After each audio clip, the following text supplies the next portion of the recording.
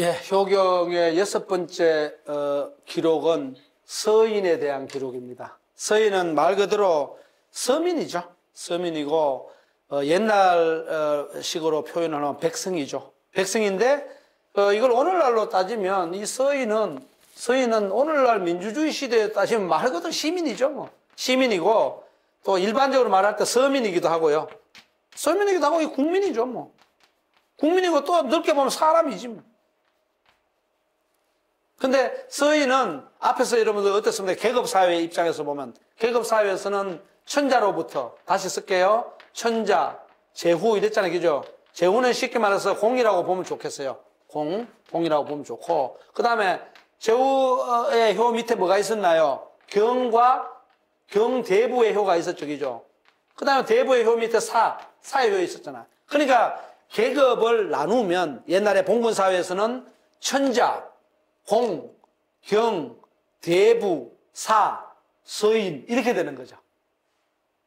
이해하죠? 그러면은 여러분들 우리 동양사회에서 유교에서 굉장히 유명했던 그 유교를 창시한 굉장히 유명한 유교를 창시한 공자 있죠. 공자가 누굽니까? 공자는 사계급에서 대부로 올라간 사람이에요. 공자는 절대 이후에 제후급으로 못 갔어요. 계급상으로 보면. 뭐 공자도 어떻게 보면 이런 계급에서 보면은 뭐 높은 자리까지는 못 갔죠. 그러나 공자가 만드는 유학과 유교 문화의 파급 효과는 전 세계적이죠. 그런 게 위대한 겁니다. 그러니까 정치 지도자로서는 공자라는 사람이 크게 활약을 못했지만 학문, 문화를 가지고 인류가 살아가는 도덕적 양심의 세계를 어떤 방식으로 펼쳐줬느냐 거기에 따라 가지고 우리가 사람을 평가하고 그러죠. 그죠? 우리 동양에서 중국이나 조선에 수많은 왕들이 있었지만 그 왕들보다도 빛나는 사람들이 가끔씩 가다가 공자라든가 맹자라든가 조선시대의 퇴계선생이라든가 율곡선생이라든가 뭐 정약용 선생이라 이런 분들의 이름은 정치 지도자의 못지않게 뭡니까? 문화의 왕으로서 자리를 굳건하게 차지하고 있죠. 그런 것들이 이제 또 다른 묘미입니다. 자, 그랬을 때 바로 서민은 제일 아래쪽에 있는 뭡니까? 피지배층이죠. 지배받는 사람들. 그런 사람이죠. 그랬을 때 그런 사람들은 어떤 효를 구사했는가, 효경에서. 자, 여기에 그 문자를 보면 굉장히 짧죠. 앞에 천자로부터 사계급에 이르기까지는 깁니다. 그것도 재밌어요. 그러니까 서민들은 할 게 뭐 있어야 먹고 살아. 이렇게 했을지도 모르죠. 잘 먹고 잘 사는 게 중요해. 왜냐하면 옛날에는 농경사회니까요. 자, 그러나 어쨌든 간에 거기에도 방법과 원리가 있습니다. 그러니까 자꾸 제가 반복을 하지만 단순하게 이 효라는 것을 말이에요. 효라는 것을 글자 자체가 이제 이렇게 됐잖아요. 이 효라는 것을 부모에 대해서 자식이 이행하는 어떤 윤리 체계다. 이렇게만 이해하면은 효경을 제대로 읽을 수가 없다 이 말이에요. 왜 그러냐면 이걸 보면 또 확실히 드러나요. 자, 볼게요. 자, 그런데 자식이 부모에게 효도하는데도 뭡니까? 그냥 효도합니까? 효도하라고 한다고 되나요, 그게? 뭐 방법이 있고, 내용이 있고, 원칙이 있고, 원리가 있어야 될 거 아니에요. 다시 말해서, 효를 행하는 교육 철학적인 모식이 있어야 돼, 시스템이 있어야 될 거 아니에요. 여러분들, 잘 살아 한다고 막 잘 살아지나요? 잘 살기 위해서는 뭘 해야 되나? 쉽게 말해가지고. 공부도 열심히 해야 될 테고, 또 살아가는 방법도 고민을 해야 될 테고, 사람과의 관계, 소통을 어떻게 할 것인가 그런 부분에 대해서도 뭡니까? 연구를 해야 되고 그렇잖아요. 막연하게 효도해라? 아닙니다, 절대. 그래서 인간의 삶이라는 것이 쉽지 않은 거예요. 단순하게 열심히 살면 돼, 뭐가 돼요? 누구는 열심히 살고 싶지 않나요? 열심히 살으라고 아무리 얘기를 해도 되는 사람이 있고 또 열심히 살아라고 얘기하지 않아도 자기 스스로 뭡니까? 기획을 해서 계획을 세워서 잘하는 사람이 있고요. 아무리 제대로 하나하나 구체적으로 일러줘도 안 하는 사람이 있고 별의별 사람이 다 있는 겁니다. 그러니까 효경에서 뭡니까? 오죽하면 서인의 효가 어떤 것인지를 기록을 해서 알려주잖아요. 이걸 만든 사람이 공자란 말입니다. 그래서 위대한 거예요. 자, 그럼 한번 읽어볼게요. 용, 천지도, 분, 지지리, 근신저룡, 이양부모라. 이 16글자에 담긴 서민의 효조, 저 내용은 어마어마하게 우리가 곱씹어 봐야 됩니다. 자, 해석을 한번 해볼게요. 이걸 보면, 여기 보시면 용, 천지도라고 했잖아요. 그러면 용, 천지도 했을 때 천에 천지도를 쓴다 그랬거든요. 천. 천은 뭐냐면 자연이에요. 그러면 일반 서민들은 농사를 짓는 사람이 많잖아요. 물론 상업에 종사하는 사람도 있고 그 당시 수공업, 공업에 종사하는 사람도 있고 뭐 여러 분류의 사람들이 많을 테니까요. 뭐 노예도 있고 그렇지만 어쨌든 노예는 서민에 들어가지 않아요. 사람이 아니니까. 어쨌든 간에 아주 낮은 계층에 있는 사람들은 뭐냐면 자연의 도, 자연의 길을 잘 파악해야 돼요. 그래서 그 자연의 길을 잘 써야 된다고요. 그 무슨 소리냐? 농사 지을 때 막 짓나요?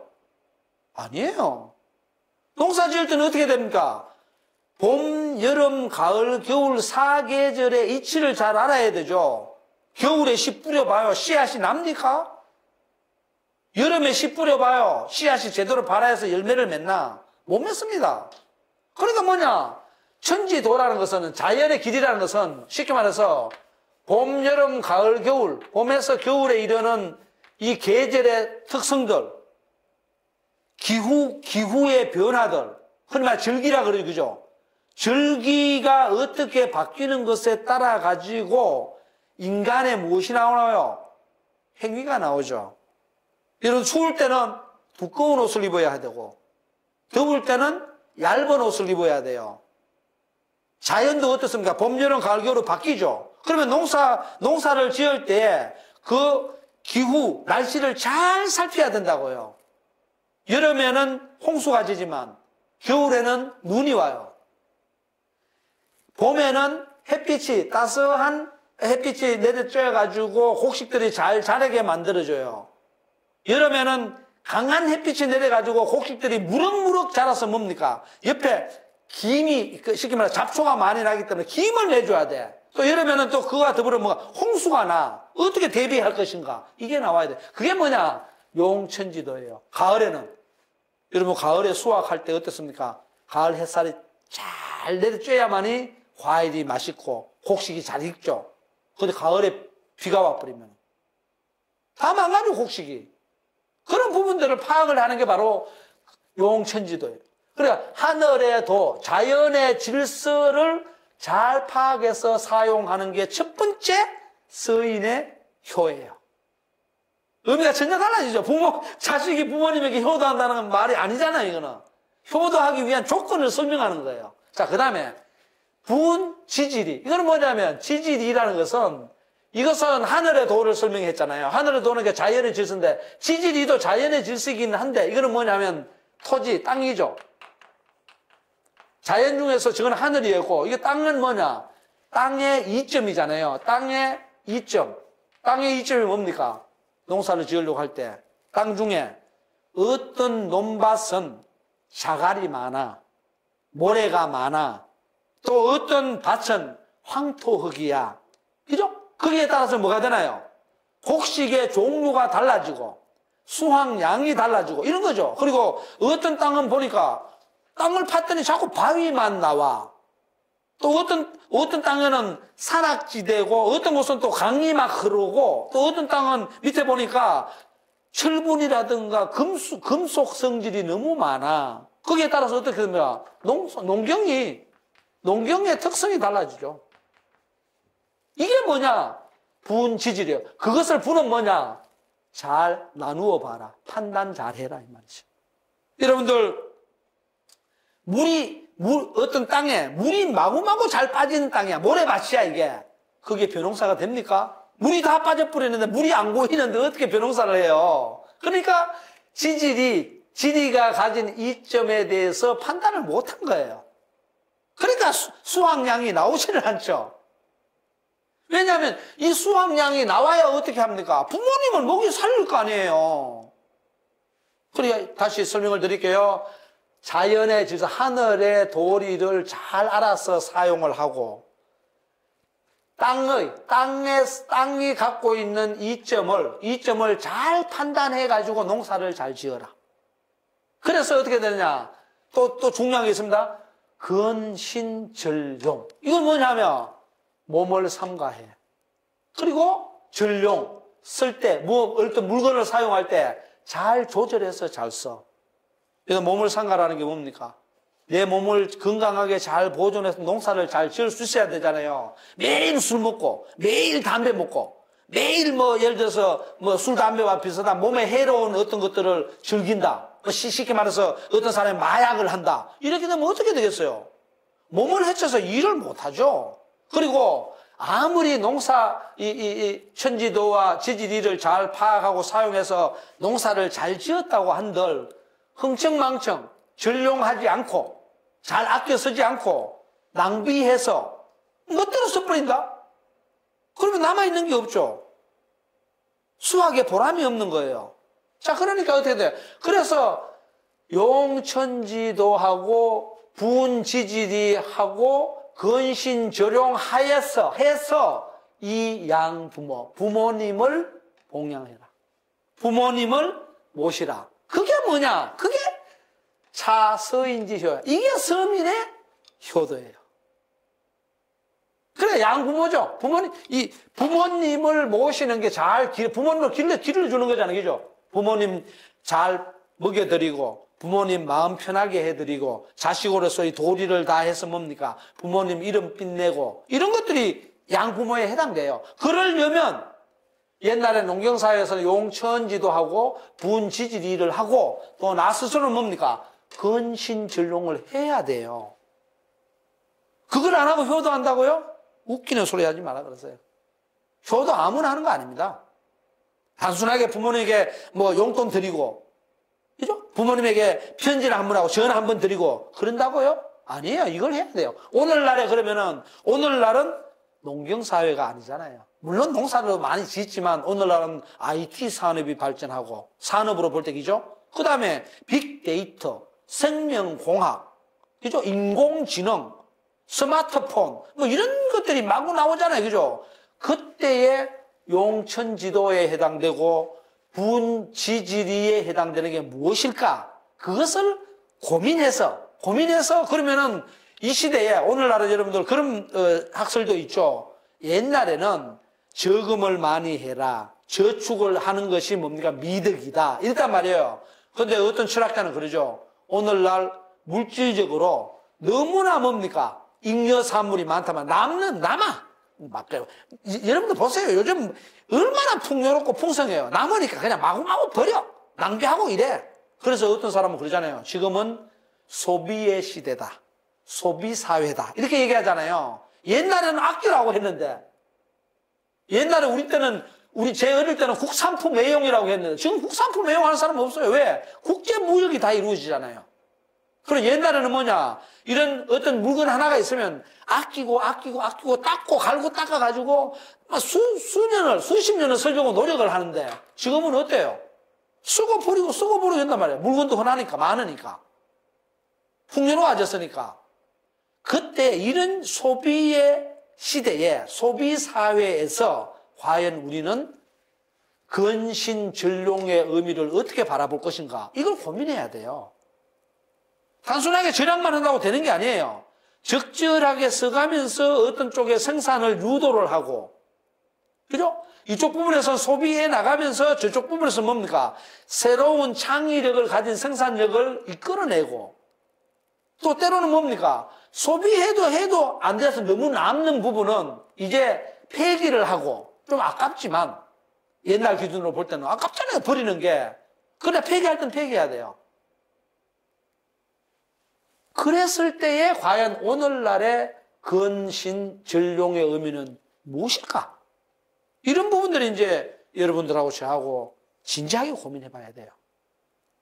그걸 가지고서 부모님을 잘 모셔보자. 이게 서민이 가진 효도다 이 말이죠. 어렵죠, 여러분들? 단순하게 나 돈 있어서 부모님께 효도 뭐 용돈 많이 드리고 해. 그래 나는 돈은 없지만 내가 대학교 졸업해가지고 번듯한 직장에 다니면서 우리 부모님 마음을 즐겁게 해드리지. 다 맞는 말입니다. 맞지만 과연 용천지도와 분지질이 근신절용을 한 다음에 양부모했냐 이거지. 그런 점에서 재고해보자는 겁니다. 이게 바로 서민의 일반 사람들의 보통 사람들의 효도를 과거 사람들은 저런 방식으로 이해했다 이거죠. 자, 그래서 이 천자로부터 서민에 이르기까지 모든 그 효를 이제 마지막 구절에서 이제 요약을 합니다. 어떻게 요약을 하냐면 이렇게 하죠. 고로 자 천자 지어 서인 효 무종시 이 환불급자 미지유야라 이렇게 했습니다. 이건 무슨 소리냐 그러면은 이렇기 때문에 요거 이제 뭐 자하고 이제 지 이렇게 나오거든요. 요거는 뭐냐면 스스로 자 이러는데 요거는 뭐냐면 부터 자자입니다. 뭐뭐로부터 이러죠. 뭐뭐로부터 지자는 뭐뭐까지 이렇게 돼 있습니다. 그래서 이제 우리 여기 여러분들 중에서 아마 아시는 분은 아시겠습니다만은 이렇게 옛날에 보면 이렇게 돼 있습니다. 이렇게 해서 공사중 이렇게 써놓고 공사중 써놓고 기간 이렇게 써놨어요. 기간 이렇게 해놓고 자 하면은 뭐 예를 들어서 2000년 1월 1일 이렇게 써놓고 지 이렇게 해가지고는 뭐 2020년 12월 뭐 2020년 너무 긴가요? 뭐 예를 들어 2002년 12월 31일 이렇게 써놨어요. 그건 뭐냐면 2000년 1월 1일부터 2002년 12월 31일까지 이 말입니다. 그래서 이건 뭐냐면 천자로부터 그죠? 천자로부터 서인에 이르기까지 이 말이거든. 그러면 쉽게 말하면 모든 사람이죠. 그렇잖아요. 최고 지도급 인사로부터 피지배청 모든 백성에게. 그러니까 이건 뭐냐면 쉽게 말하면 모든 사람. 이렇게 봐도 무방합니다. 모든 민주 시민에게 효라는 것은 그러니까 이것은 이제 효도라고 해버리면 자꾸 부모 자식 간의 관계로 좁혀지니까 여기서는 효라는 것이 해도 좋고요. 본분이라고 해도 돼요. 인간의 본분. 모든 사람의 본분이 있잖아요. 모든 사람에게는 역할이 있고 모든 사람에는 기능이 있잖아요. 단지 본분과 역할의 기능에 차이가 있을 뿐이에요. 정도의 차이. 그 사람이 처한 상황에 따라서. 근데 어떤 사람은 그러죠. 니까지가 필요 없어. 그런 얘기하는 것은 굉장히 제가 볼 때는 폭력적이라고 보여져요. 왜 사람이 할 일이 없습니까? 그 사람 나름대로 뭡니까? 지금 현재 내 몸이 좀 불편해서 다른 사람보다 좀 잘할 수 없어. 그죠? 내 발달 단계가 조금 느려서 다른 사람에 비해서 훌륭하게 어떤 일을 수행하기가 조금 힘들어. 이런 정도인 것이지 사람 중에 너 필요 없어. 너는 소중해. 그렇게 폭력적인 은행이 어디에 있습니까? 그런 말을 우리가 교육적으로 써서는 안 되는 거예요. 조금 교양이 있는 사람이라고 그러면 저 사람이 조금 부족할 뿐이지 왜 그 사람 아닌가요? 다 사람이지. 자, 그랬을 때 모든 사람은 그 사람 나름대로의 수준과 정도의 차이는 있지만 본분이 있고 어떤 조직에서 역할이 있고 기능이 있습니다. 그 기능은 뭐냐? 무종시 시작도 끝도 없다. 다시 말하면 무한하다. 무한하다. 그러니까 우리가 천자로부터 서민에 이르기까지 이건 계급사회고 그러면 오늘날 민주주의 시대의 모든 시민들, 시민들에게 있어서 모든 시민은 본무과 역할과 기능이 있어. 자기가 맡은 부분에서. 그게 뭐냐? 종시라 그랬잖아요. 끝도 시작도 없어. 그러니까 어떻게 되냐? 환불급자. 자기의 본분이나 역할 기능을 불급이라는 것을 미치지 못한다는 것은 다 하지 못하는 것을 근심하는 사람은 미주유라. 없어요. 그러니까 사람이면 사람답게 살려고 누구나 다 뭡니까? 몸부림을 친다 이 말이죠. 그게 효의 본질이에요. 물론 그것은 부모와 자식 간의 혈연으로 맺어진 등목으로부터 자식이 부모에게 효도하고 부모가 자식을 내리사랑, 자애하고 그런 관계에서 우러나오는 감정이지만, 정서지만 결국 그것을 개인에서부터 사회적으로 확대해 나가면 바로 효라는 것은 강력한 사회성을 띠는 사회성, 그리고 본분을 가정하는 책무성, 이런 것과 연관되어 있다, 이렇게 볼 수가 있습니다. 그러니까 민주주의 사회에서